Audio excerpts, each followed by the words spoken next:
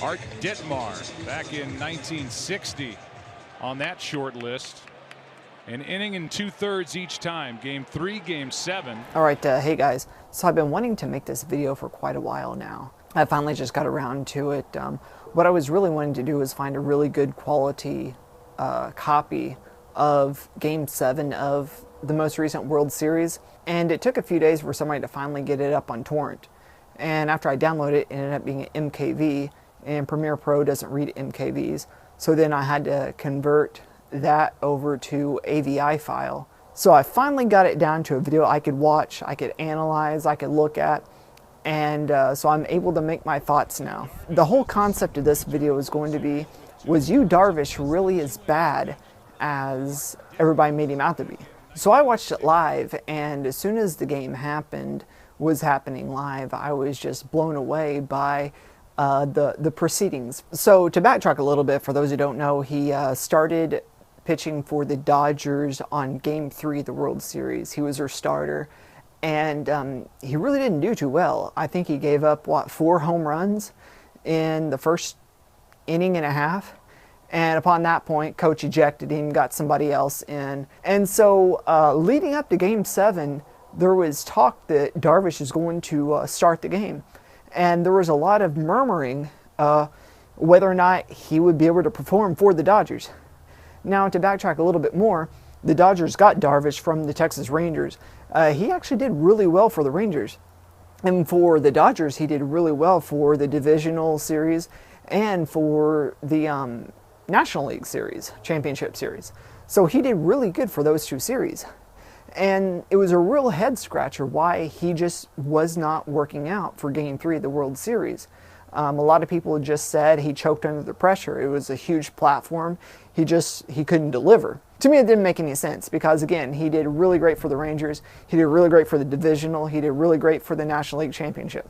But here we are. Game 7 starts off. So going up against Springer, he started off pitch 2. Springer knocked it out, and he already picked up 2 bases on that.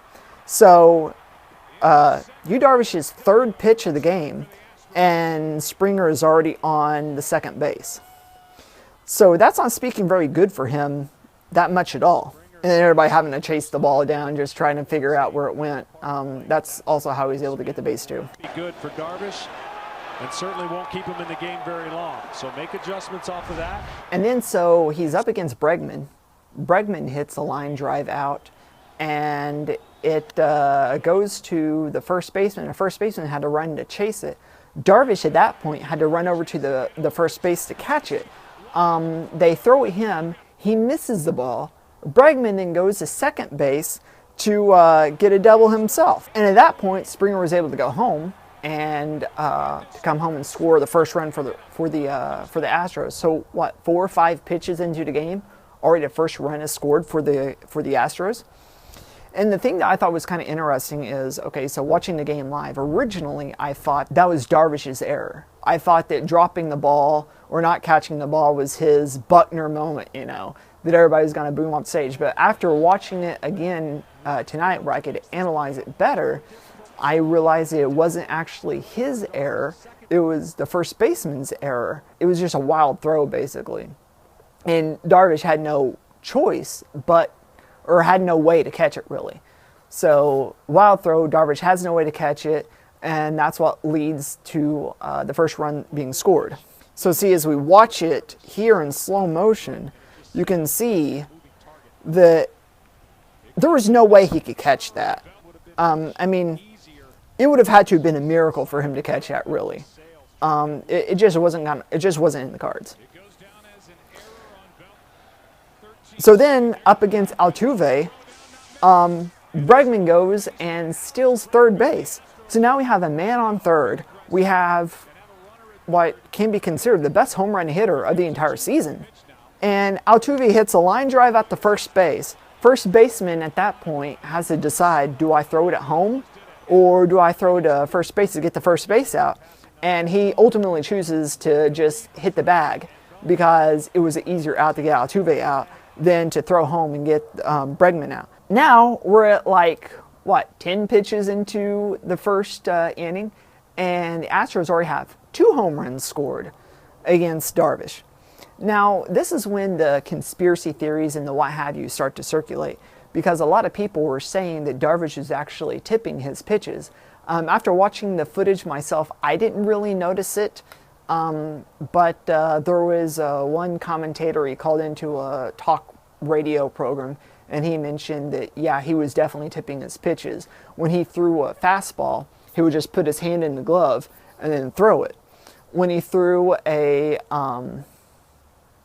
did they say a slider or a breaking ball? I can't remember. It was either a slider or a breaking ball. He would put his hand in the glove and he would work his hand around trying to get the grip that he needed, and then throw it.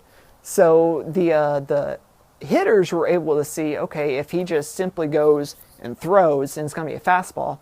If he goes like this, then it's going to be the either a breaking ball or slider. I can't remember which one. So they were able to say, okay, so if he does one thing, we know how to set up our hit, our swing. If he does another thing, we also know how to set up our swing. So basically after that, it was just a process of elimination of what the other pitches would be. And apparently he got called out for that when he was in the Rangers, like his last Rangers game. He led like the other team to get 10 home runs off of him or something. It was ridiculous, something ridiculous like that. And the pitching coach pulled him aside, and he's, after the game or whatever, he's like, look, you're doing these movements and it's tipping the other guys what you're going to do next. So after that, Gurriel walks up and, he did the hat nod to Darvish because of the racial gesture he made earlier. I guess it was game 3. But basically when Gurriel came up, it was just pretty much a foul ball derby, because he knew exactly what Darvish was pitching. And so every single time he hit it, it ended up being a foul ball. And as you can see, they're actually showing there that he's just not delivering the ball in the right way.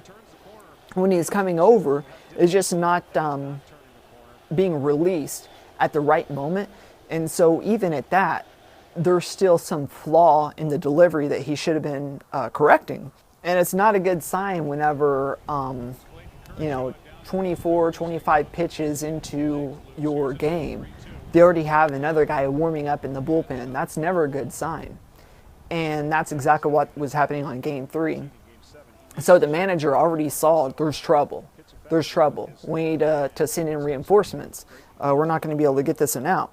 So he was finally able to get out Gurriel, and now McCann's at the plate. McCann's kind of interesting because he can hit really well, but he's not a very fast runner. So basically, in order to get good results, he needs to knock the sucker out. Well, on this particular occasion, they just simply balled him, a walk. So they walked him to the first base, so he didn't have to do either of those. So now he's already on base. So, that part of the equation is already done. Now he just needs to wait and depend on the other guys to help him out so he can get around. Now we got Marwin Gonzalez coming up to the plate, and he's always been a great hitter. He does a line drive out to outfield. It bounces on the grass. The guy couldn't catch it. That right there is good enough opportunity to get McCann to third base.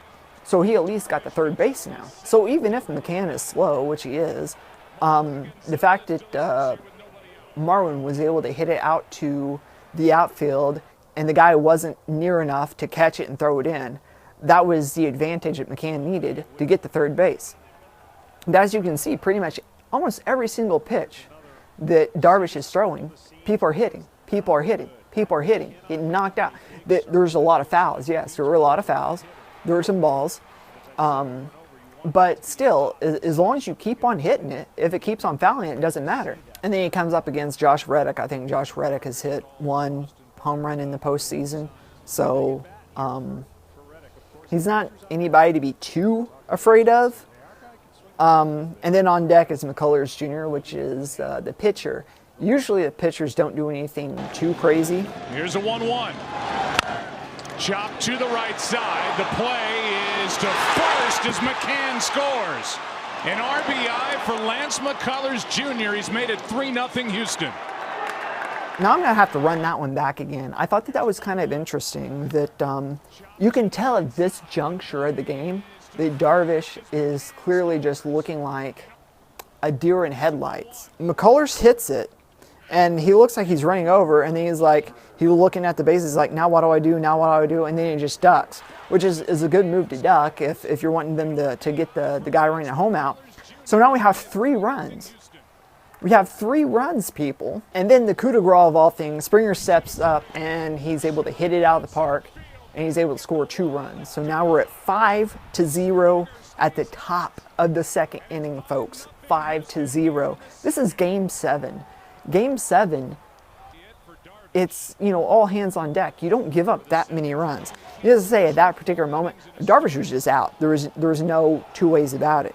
And you can definitely see it on his face. I mean, he's just like, he knew it was coming. And here comes Roberts to tell him, thanks, but no thanks, kid. And then Morrow steps up to the plate, and in 3 pitches, gets Bregman out. So, job done. So basically what I really wanted to question about with this was, one thing was really on my mind was, did Darvish know? Could he perceive? I mean, I would assume I know when I'm doing a crappy job at what I'm doing, whether it be at work, or around the house, doing tasks around the house. I mean, you know what your own abilities are. And you should be able to know if you're phoning it in or something like that. You should be able to tell, okay, I'm clearly not doing this to my full capability. And so I was kind of wondering while I was watching that, I was wondering, is he aware and can he call himself out? After the first run, after the second run, at the very least, at the very worst, I would say that maybe at that point he should call a meeting with Roberts on the mound and say, look, I'm sorry, but this is just too much. The stage is too big. I cannot handle the pressure. You're just going to have to get somebody else, because if I stay out here for any longer, it's just going to go south. Did he have that much stubbornness that he couldn't admit himself that he just wasn't up to the job? And a lot of people are blaming Darvish. A lot of people are saying it's all Darvish's fault. Well, it wasn't completely Darvish's fault. It's also Roberts' fault, because he didn't make the call soon enough. He waited until the Astros got 5 runs, till they got 5 runs at the top of the second inning to call in Morrow and shut it down. He waited that long. If you got 5 runs in the second inning, most cases, it's done for. The game is over. However, this World Series was crazy bonkers. We saw in Game 2. We saw in Game 5. Things were just absolutely crazy, especially in Game 5. They were hitting home run after home run, bringing triple runs after triple runs. It was crazy, and it was going back and forth. So I think Roberts was thinking, maybe we could get ourselves in a position to where we can get this in, but that wasn't the normal. That was the exception, not the rule, that particular game. And both teams were hungry. They were hungry for the win, but it just ended up being that Dodgers just could not crawl themselves out of that hole. And also you can blame some of the blame on the offense as well, because the hitters for the Dodgers just were not working that night. There were several cases in the third inning even that the bases were loaded, in the second inning that the bases were loaded. And there were several times I'm like, oh wow, I don't know how the Astros are going to get out of this. And they got out of it. The guys just were not hitting crap. They kept on hitting foul balls. They kept on doing this, doing that, and they just were not bringing anybody home. And I was really surprised by that too. And so a lot of people are saying the reason the Dodgers lost the World Series is all because of you, Darvish. At the very end of the day, it wasn't because of you, Darvish. You, Darvish, yes, he played a role, but you, Darvish, wouldn't have got to 5 runs gotten away if Roberts hadn't allowed him to. He basically allowed him to do that.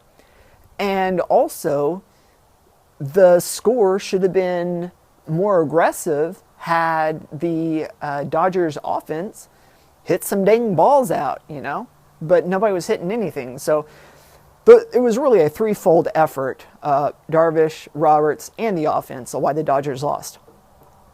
Now, I wasn't really rooting for anybody in particular. I wanted to see the Astros win because I thought the city of Houston needed it. But it's kind of odd because here in Tulsa and in Oklahoma City, the minor league baseball in both cities is a Dodgers minor league franchise. So I should be, all in for Dodgers, but I wasn't. To be honest, I don't know. I don't have any fondness of them. I have a huge fondness for the Rangers. I remember parents taking me to see Texas Rangers in 1990. I got to see Nolan Ryan pitch. It was against the Red Sox at the old stadium in Arlington. And so I've always had a soft spot for the Rangers. And I guess because of which I kind of have a soft spot for the Astros because they're both there in Texas too. But that was just, I thought it was really interesting to see all that play out. And then to see the memes all over Twitter, people talking about how Yu Darvish was leaving the Dodgers Stadium and things of that nature. It was really comical. But when it really comes down to it, it's not all Yu Darvish's fault. It's the whole entire team. They just weren't up to the task that night. The Astros were up to the task that night. And the Astros seized on the opportunity, and they took it, and they won. And that was the end of it. So I don't really have much else to say. I just wanted to kind of do a kind of a play-by-play analysis of the first two innings of World Series 2017 Game 7 and just kind of talk about my thoughts on it and kind of what transpired and how I saw it and kind of just my views. So thanks for watching and peace out.